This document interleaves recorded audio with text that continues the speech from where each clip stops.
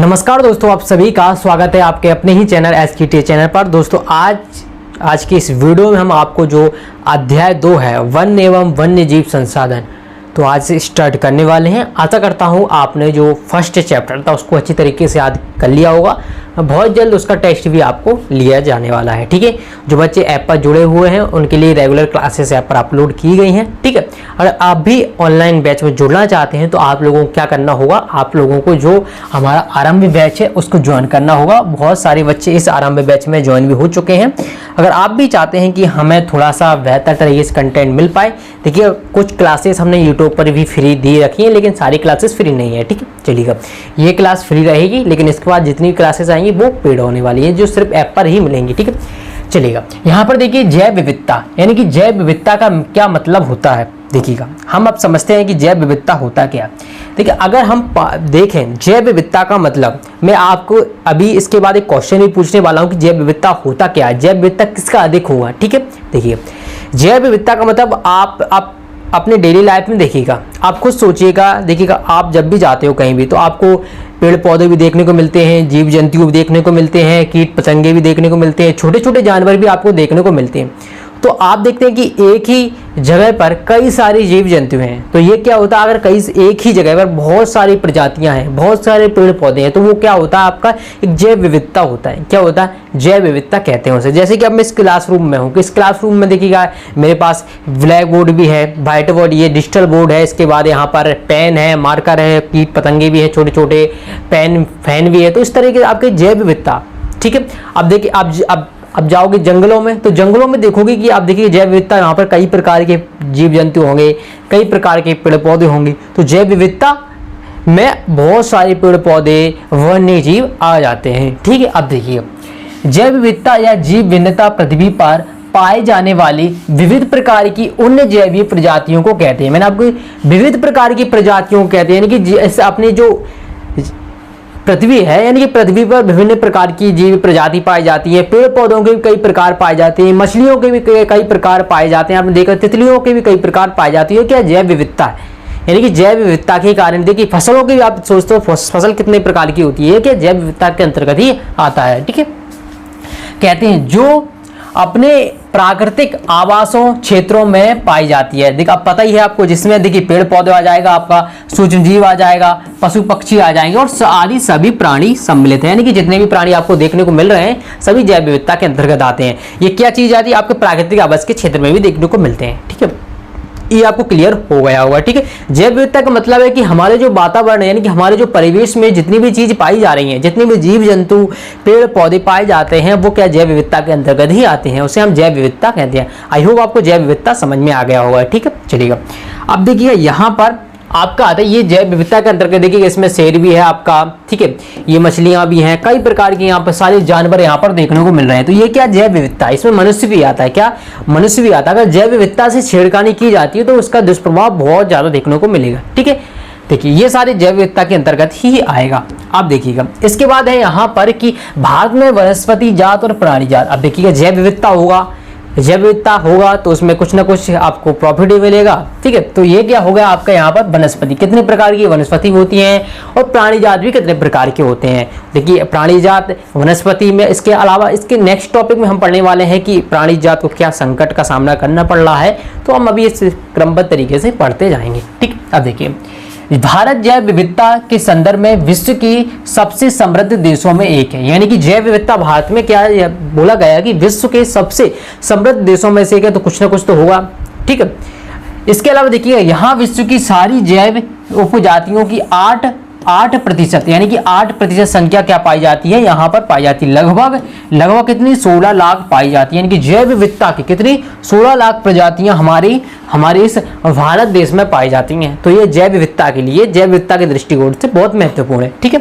ये आपको ध्यान रखना होगा। यानी कि विश्व में कौन सा देश आता है, अपना समृद्ध देशों में से एक है। यहाँ पर कितनी होती है, यहाँ पर उपजातियां होती है, 8% उपजातियां होती हैं और लगभग 16 लाख यहाँ पर जो है प्रजातियां पाई जाती हैं, छोटी बड़ी, ठीक है। चलिएगा, अब आइएगा यहाँ पर यहाँ पर देखिएगा, यहाँ पर भारत में वनस्पति जात का, देखिए भारत में 10% यानी कि जो 10% है वो क्या है, वन्य वनस्पति जात है। यानी कि जो 10% है वो कहाँ से मिलता है, वन्य से मिलता है। जितने भी वन्य वहां से कितना 10% मिलता है। इसके बाद 20% क्या है, स्तनधारियों से, यानी कि जो भी स्तनधारी है वहां से मिलता है। ठीक है, स्तनधारी का मतलब आप समझ रहे हो कि देखिए गाय है आपकी, दूध देती है, इस टाइप के स्तनधारियों से आपको क्या मिलती है, 20% मिलती है। इसके बाद स्तनधारियों को लुप्त भूमिका होने का खतरा है। यानी कि अब देखिए 20% मिलता तो था, लेकिन अब इसका क्या है, 20% स्तनधारियों को किसका हो रहा है, लुप्त होने का खतरा मंडरा रहा है। तो आप समझ सकते हैं कि 20% एक बहुत बड़ी जनसंख्या हो जाती है। ठीक है, इसमें क्या हो जाएगा, चीता, अब देखिए गुलाबी सिर वाली बतख, यानी गुलाबी सिर वाली बतख आपकी ये देखने को मिल रही है। ठीक है,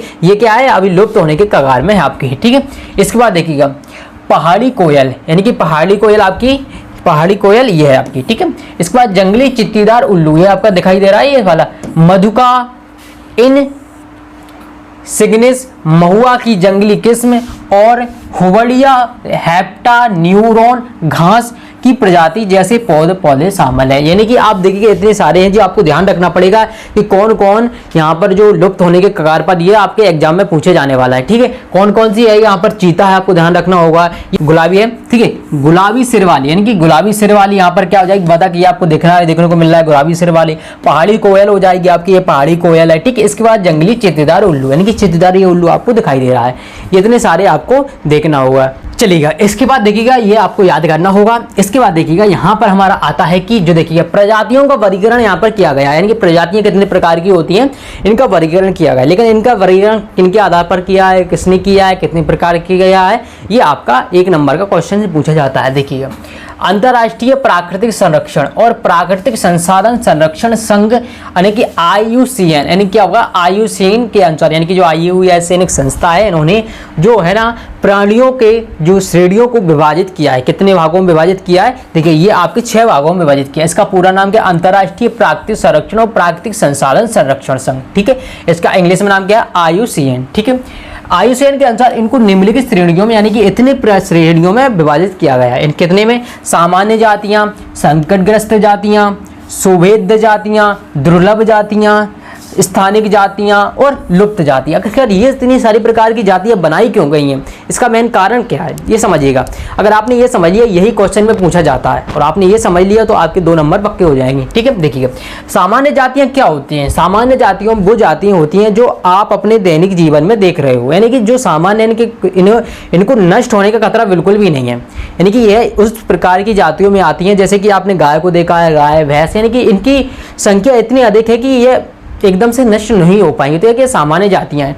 इसके बाद आता है आपका, देखिएगा यहाँ पर मैं आपको याद करवाने का ट्रिक बता रहा हूँ। देखिए संकटग्रस्त जातियां, संकटग्रस्त जातियों का मतलब होता है कि यानी कि इनकी संकट, यानी कि इनके लुप्त होने की खतरा बहुत ज़्यादा है, यानी कि इनका क्या है, लुप्त होने का खतरा बहुत अधिक है, लेकिन अभी लुप्त नहीं हुई, लेकिन इनकी संख्या दोनों में घट रही है, तो इसका मतलब ये लुप्त होने के कगार पर है। ठीक है, तो ये संकटग्रस्त में आती हैं।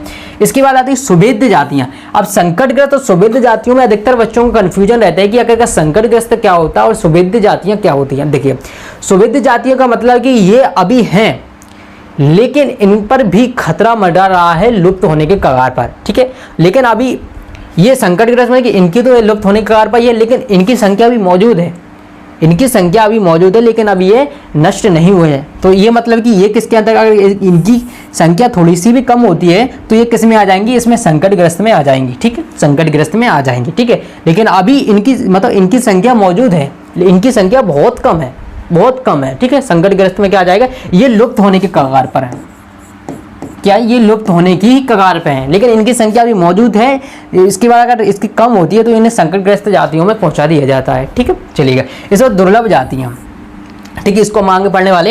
इसके बाद स्थानिक जातियां। अब स्थानिक जातियां क्या होता है, स्थानिक मतलब एक देश प्रदेश, एक विशेष प्रकार की प्रजातियां या पेड़ पौधे होते हैं जो एक अपने देश या प्रदेश में पाए जाते हैं। यानी कि आप देखिएगा भारत के अलग अलग राज्य हैं, अलग अलग प्रजातियों आप देखी होंगी। देखिएगा जैसे जम्मू कश्मीर की बात करें, जम्मू कश्मीर में अलग प्रकार की प्रजातियां होती हैं। देख आप तो खेती से समझिएगा, आप खेती सभी करते हैं, तो देखिएगा अलग अलग राज्यों में अलग अलग प्रकार की खेती की जाती है। उसका क्या कारण है कि स्थानिक जातियों के कारण, क्योंकि स्थानिक जो परिवेश माहौल होता है, वातावरण होता है, उसके कारण ही अलग अलग प्रजाति के आपको प्राणी देखने को मिलते हैं, अलग अलग प्रकार के पेड़ पौधे देखने को मिलते हैं। उसका क्या रहा है, स्थानिक, वो किस में आएंगे, आपके स्थानिक जातियों में आते हैं। अब लुप्त जातियों का मतलब है कि ये सेपरेट क्या है, आपकी लुप्त हो चुकी हैं, ठीक है। इन्हें आप देखना मुश्किल है, ठीक, क्योंकि ये लुप्त हो चुकी हैं। चलिए इनको देख लेते हैं, यहाँ पर आपको थोड़ा सा समझ में आ गया होगा, ठीक है। अब देखिए यहाँ पर सामान्य जातियाँ, ये वे जातियाँ हैं जिनकी संख्या जीवित रहने के लिए सामान्य है, यानी कि सामान्य मान जाती है, यानी कि ये बहुत अधिक मात्रा में है और इन्हें अभी खतरा बिल्कुल भी नहीं है, यानी कि काफ़ी अधिक मात्रा में, जैसे कि पशु, साल, चीड़ और कृंतक, रोडेंट्स इत्यादि। यानी कि देखिए ये आपके इस तरीके से है, आप देख सकते हैं यार, चूहा, बिल्ली, जितने भी हैं आपको देखने को मिल रहे हैं, आपको वर्तमान लाइफ में देखने को मिल रहे हैं, वो कैसे खत्म हो जाएंगे। चूहा कभी खत्म हो जाएगा, आपको अब घर में चलते हुए देखने को मिल जाएगा, बिल्ली भी चलते हुए देखने को मिल जाएगी, गाय तो आपके घर में रहती है, ठीक है। चलिएगा, सामान्य जातियाँ। इसके बाद आता है आपका संकटग्रस्त जातियाँ। देखिएगा संकटग्रस्त जातियाँ क्या है, मैंने बताया था, ये वो जातियाँ हैं जिनके लुप्त होने का खतरा है, यानी कि जिनके क्या है, लुप्त होने का खतरा है, जिन विषम परिस्थितियों के कारण इनकी संख्या कम हुई है। यदि वे जारी रहती हैं तो क्या इन जातियों के क्या हो जाएगा, इन जातियों को जीवित रहना कठिन हो जाएगा। जैसे कि आपका काला हिरण, इनकी काला हिरण आप समझ सकते हैं, काला हिरण हो जाएगा। इसके बाद है मगरमच्छ और संगाई, समझ रहे हो। अगर इनकी इस तरीके से ही संख्या घटती रही तो ये किसके कगार पे आ जाएंगे, लुप्त होने के कगार पे आ जाएंगे, लेकिन लुप्त नहीं हुई है। ये आपको संकटग्रस्त जातियों में ध्यान रखना होगा। संकटग्रस्त जातियों में आपको ध्यान रखना है कि ये लुप्त होने के कगार पर, लेकिन लुप्त हुई नहीं है। अगर विषम परिस्थितियां होती हैं तो ये क्या हो जाएंगे, ये लुप्त हो जाएंगे। आपका उदाहरण हो जाएगा आपका काला हिरण और मगरमच्छ। तो ये आपके एग्जाम्पल रहे। यहाँ पर देखिएगा, ये देखिएगा काला हिरण, इसके सींगों के कारण इसका क्या होता है, इसको मार दिया जाता है। ये आपका मगरमच्छ है, ठीक है, आपको दिखाई दे रहा होगा। अगला देखिएगा, अगला है यहाँ पर सुभेद्य जातियाँ। यानी कि सुभेद्य जातियाँ क्या होती है, मैंने आपको पहले ही बता रखा है कि सुभेद्य जातियों की संख्या कम नहीं है, ठीक है। अगर इनकी कम होती है जनसंख्या तो इन्हें संकटग्रस्त जातियों में भेजा जाएगा, ठीक है। इनकी लेकिन इनकी क्या थोड़ी सी इन पर भी प्रभाव पड़ रहा है। देखिए ये वे जातियाँ जिनकी संख्या घट रही है, यानी कि अभी है संख्या, लेकिन क्या है, दोनों इनकी संख्या घट रही है। आपको उसमें इन दोनों क्वेश्चनों को अच्छी तरीके से ध्यान रखना, संकटग्रस्त आपका और ये सुभेद्य जातियाँ, ठीक है। आपका कौन सा था, संकटग्रस्त जातियां और सुभेद्य जातियां, इन दोनों को आपको अच्छे तरीके से यहाँ पर कर लेना है, ठीक है। अब क्या आगे, सुभेद्य जातियां ये वे जातियां हैं जिनकी संख्या घट रही है। यदि इनकी संख्या पर विपरीत प्रभाव डालने वाली परिस्थितियां नहीं बदली जाएंगी, इनकी जो भी परिस्थितियां इनके ऊपर पड़ रही हैं जिनके कारण इनकी संख्या घट रही है, अगर वो कम नहीं हुई तो क्या होंगी, इनकी संख्या भी घट जाएगी और इनकी संख्या घटती रहती है, और तो यह संकटग्रस्त जातियों की श्रेणी में शामिल हो जाएगी। मैंने आपको पहले ही बता दिया था। अगर देखिए अभी इनकी संख्या है, अभी इनकी संख्या अगर इसी तरीके से इनकी संख्या घटती रही तो इन्हें सुभेद्य जातियों से हटाकर संकटग्रस्त जातियों में शामिल किया जाएगा, और संकटग्रस्त जातियों से भी अगर इनकी संख्या घटती है तो इन्हें लुप्त जातियों की श्रेणी में रखा जाएगा, ठीक है। यानी कि जो लुप्त हो चुकी हैं वो लुप्त हैं, ठीक है, लुप्त को दोबारा नहीं। देखिएगा जैसे कि इनके एग्जाम्पल आपको याद रखना है। देखिए यहाँ पर देखिए नीली भेड़ है, एशियाई हाथी है, गंगा नदी है, ठीक है। चलिए ये एग्जाम्पल आपको अच्छे तरीके से याद करना होगा, यही एग्जाम्पल आपके लिए इंपॉर्टेंट है, और जो बता रहा हूँ ये आपको वो ध्यान रखना होगा, ठीक है। अभी हम देखिए दुर्लभ जातियाँ। अब दुर्लभ जातियाँ क्या, अब मैंने आपको दुर्लभ मतलब कि इन जातियों की संख्या बहुत कम है, सुभेद्य है, मतलब कहने का मतलब है इनकी है अभी क्या है, इनकी जो जनसंख्या वो अभी है वर्तमान में, लेकिन इतनी नहीं है, यानी कि दुर्लभ है, कहीं कहीं देखने को मिल रहे हैं। जैसे भारत में कहीं कहीं ये देखने को मिल रहे हैं, मतलब हर जगह आप इनको नहीं देख पाओगे, ठीक है। तो ये क्या है, ये दुर्लभ है, क्या आएंगे, इस दुर्लभ में आएंगे। और यदि इनको प्रभावित करने वाली विषम परिस्थितियाँ, यानी कि जो भी इनकी कम करने वाली विषम परिस्थितियाँ कुछ भी हो सकती हैं, उनको अगर कम नहीं किया जाता तो ये भी कम हो जाएंगी, और इनको भी कहाँ, ये संकटग्रस्त जातियों में श्रेणी में शामिल कर दिया जाएगा। देखिएगा एकदम से लुप्त कगार पे तो शामिल नहीं किया जाएगा। ये क्या है, ये दुर्लभ जाति, यानी कि ये आपके देखो एक आपका क्या होता है, सामान्य जातियाँ, ये आपको कहीं भी देखने को मिल जाती हैं, कहीं भी आप इन्हें देख सकते हो। एक आती है संकटग्रस्त जाति, यानी कि संकटग्रस्त जाति मतलब कि इनकी संख्या बहुत कम बची हुई है, बहुत कम बची हुई है और लुप्त होने के कगार पर है, ठीक है। इसके बाद आता है आपका सुभेद्य जाति। सुभेद्य जाति में इनकी संख्या है अभी वर्तमान में, लेकिन धीरे धीरे क्या है, इनकी संख्या घट रही है। जैसे ही अगर इनकी संख्या घटती जाएगी तो इन्हें हम कहाँ पर कर देंगे, इन्हें हम संकटग्रस्त जातियों में कर देंगे। इसके बाद आता है आपकी दुर्लभ जातियाँ। दुर्लभ जातियों का मतलब कि इन्हें हम बहुत विशेष स्थानों पर ही देख पाते हैं, क्या बहुत विशेष कम मात्र विशेष स्थानों पर ही देख पाते हैं, और इनकी संख्या बहुत कम है, यानी कि सुभेद्य है या सुभेद्य है। मैंने आपको है तो सही, कम नहीं, देखो कम है, अधिक नहीं है, ठीक है। अगर इनकी संख्या इसी तरीके से नष्ट होती गई तो इन्हें भी हम कहाँ पर शामिल करना पड़ेगा, इन्हें हमें संकटग्रस्त जातियों में शामिल करना पड़ेगा, ठीक है। चलिएगा, जैसे कि यहाँ पर देख सकते हैं आप लोग, अगला आता हमारा स्थानिक जातियाँ। देखिए स्थानिक जातियाँ मैंने बताया था आपको एक विशेष स्थान में पाई जाने वाली हैं, जैसे कि मध्य प्रदेश का अलग कुछ कल्चर होगा, राजस्थान का कुछ अलग होगा, ठीक है, वहाँ पर अलग प्रकार की प्रजातियाँ पाई जाती होंगी। इस तरीके से यहाँ पर एक विशेष स्थानिक पाई जाती है, उसे बोलते हैं स्थानिक जातियाँ। जैसे कि प्राकृतिक या भौगोलिक सीमाओं से अलग विशेष क्षेत्रों में पाई जाने वाली जातियाँ, जैसे कि अंडमानी टील, निकोबारी कबूतर, अंडमानी जंगली सुअर और अरुणाचल का मिथुन इन जातियों के उदाहरण है। जैसे कि यहाँ पर आप देख सकते हैं इनके उदाहरण, ये अरुणाचल का मिथुन है। क्या है ये? अरुणाचल का मिथुन कुछ इस तरीके से दिखता है, ठीक है। चलिएगा, स्थानीय जातियों को समझ में आ गया होगा आपको। ये क्या विशेष प्रकार की सीमाओं के अंदर पाई जाते हैं, यानी कि भौगोलिक, प्राकृतिक या भौगोलिक सीमाओं के विशेष क्षेत्रों में पाई जाने वाली होती है, उसे क्या बोलते हैं? हम स्थानिक जातियाँ बोलते हैं, ठीक है। चलिएगा, अगला दिया गया लुप्त जातियाँ, यानी कि इनको देखिएगा हम क्या कर सकते हैं, दोबारा हम खोज करने पर ये क्या अनुपस्थित पाएंगे, यानी कि इनको अब हम दोबारा देख नहीं पाएंगे। क्या होगा? इन्हें हम दोबारा देख नहीं पाएंगे। जैसे कि ये वे जातियाँ हैं, इनके रहने के आवासों में खोज करने पर अनुपस्थित पाई गई हैं, जैसे कि एशियाई चीता और गुलाबी सिरवाली, ठीक है। ये एशियाई चीता है और ये गुलाबी सिरवाली आपकी वदक है, ठीक है। ये वदक है, गुलाबी सिरवाली वदक, ठीक है। चलिएगा, ये लुप्त जातियां हैं आपकी, आपको ध्यान रखना है इनकी, इन्हें हम दोबारा से अब खोज नहीं पाएंगे। नहीं, खोजने का प्रयास भी किया लेकिन अपने स्थान पर नहीं मिली, ठीक। चलिएगा, अगला है हमारा, देखिएगा यहाँ पर। चलिएगा, आज की क्लास में इतना ही। नेक्स्ट क्लास में आपका एक क्लास में और जो आपका थ्योरी का सेक्शन है वो बचा हुआ है। देखिए, यहाँ से जो बता रहा हूँ उसको आपको याद करना है, और जो आपकी अगली क्लास होने वाली उसमें और हम एनसीईआरटी बेस्ड पढ़ने वाले हैं। देखिए, पहले हम एनसीईआरटी पर फोकस इसलिए देते हैं क्योंकि आपको देखिए अगर एनसीईआरटी से ही क्वेश्चंस बनाए जाते हैं, अगर कुछ अलग पूछा जाएगा तो आपको ध्यान रहेगा और आप अच्छे तरीके से कर पाएंगे, ठीक है। इसके बाद जो थर्ड वीडियो आएगी इसकी, उसमें हम क्वेश्चन आंसर करने वाले हैं, तो आपको वैसे याद हो जाएंगे, क्योंकि अगर आप इस थ्योरी को अच्छी तरीके से कर लेंगे तो क्वेश्चन आंसर तो आपको याद होने वाले हैं, ठीक है। अगर वीडियो पसंद आई तो वीडियो को लाइक भी अवश्य करिएगा। मिलते हैं नेक्स्ट वीडियो में, धन्यवाद।